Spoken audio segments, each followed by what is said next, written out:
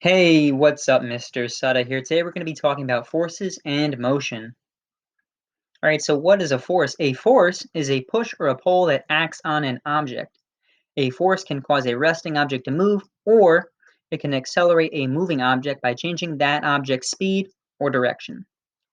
Down below we have a weird Cyclops guy. He's pushing that box to the right. He's exerting a force on that box. How do we measure force? A spring scale can be used to measure force. On the right, we have a spring scale. Now, force is measured in newtons. Newtons is a unit which equals 1 kilogram times meter per second squared. We'll talk more about where that kilogram times meter per second squared comes from when we look at Newton's second law. But over here, we have a spring scale, and a spring scale, again, can be used to measure force. You might be familiar with this kind of scale. This is a grocery store scale. It also measures force. It measures the force of weight.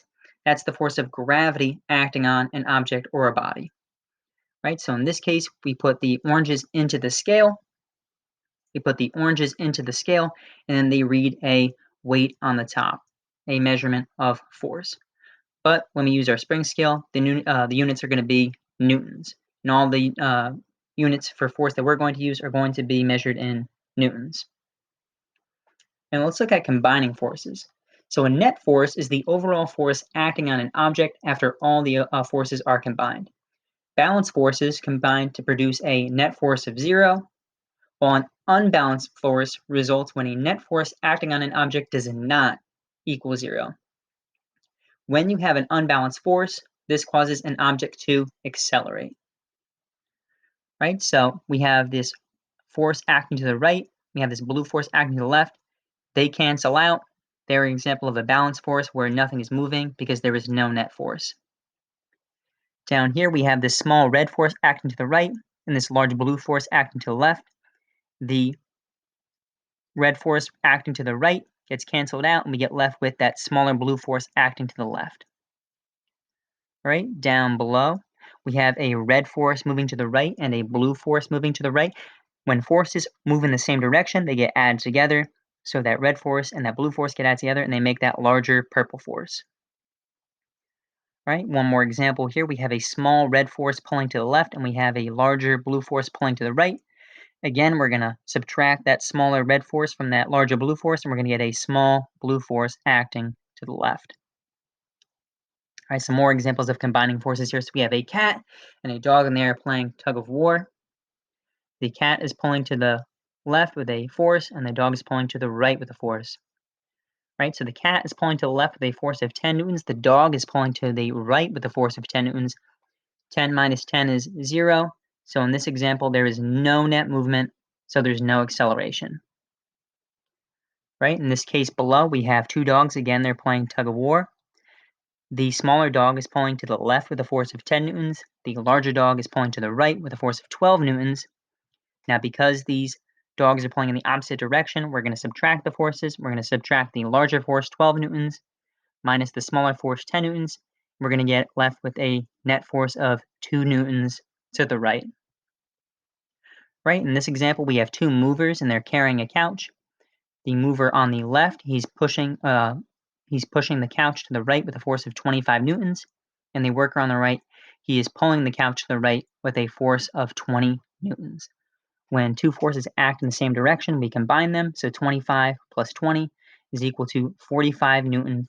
Our net force is 45 newtons to the right. Right, let's look at some more examples down here.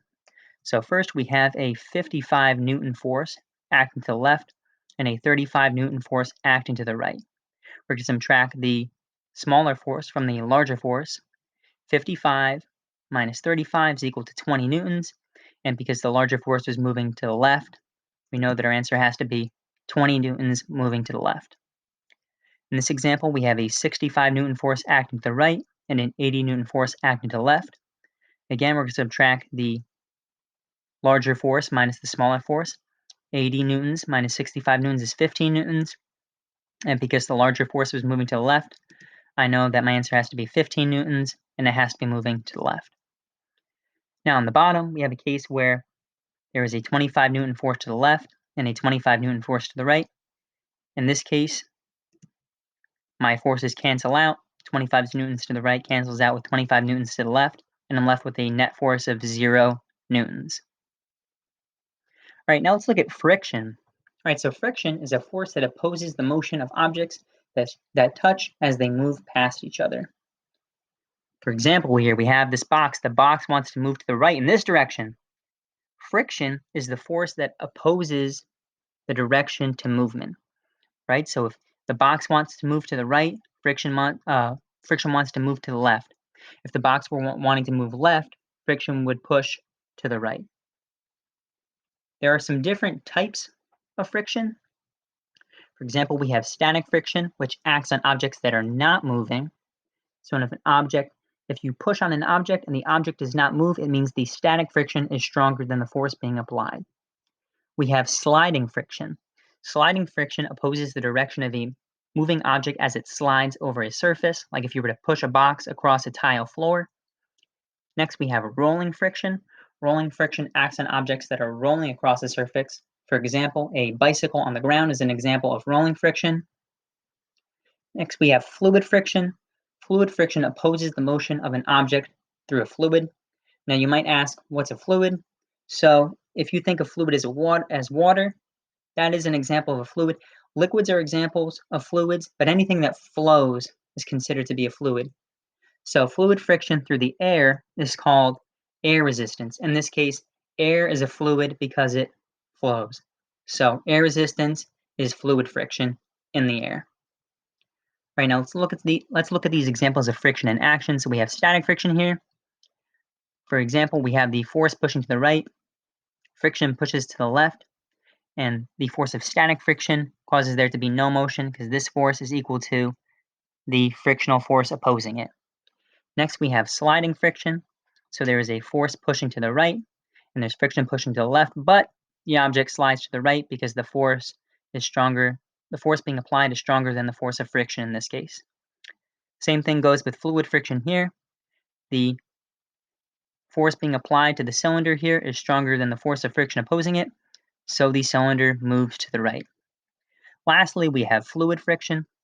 So as the swimmer moves to the left, fluid friction is going to oppose the swimmer's motion, and fluid friction is going to move to the right. That's why it's hard to swim through water. That's why it's harder to swim through water than air, because you face greater fluid friction in the water than you do the air. All right, last up we have gravity. All right, so gravity is a force that acts between any two masses.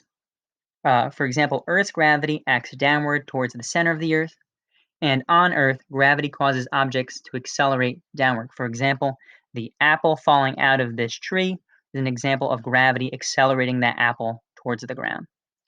Now, free fall occurs when the only force acting on a falling object is gravity.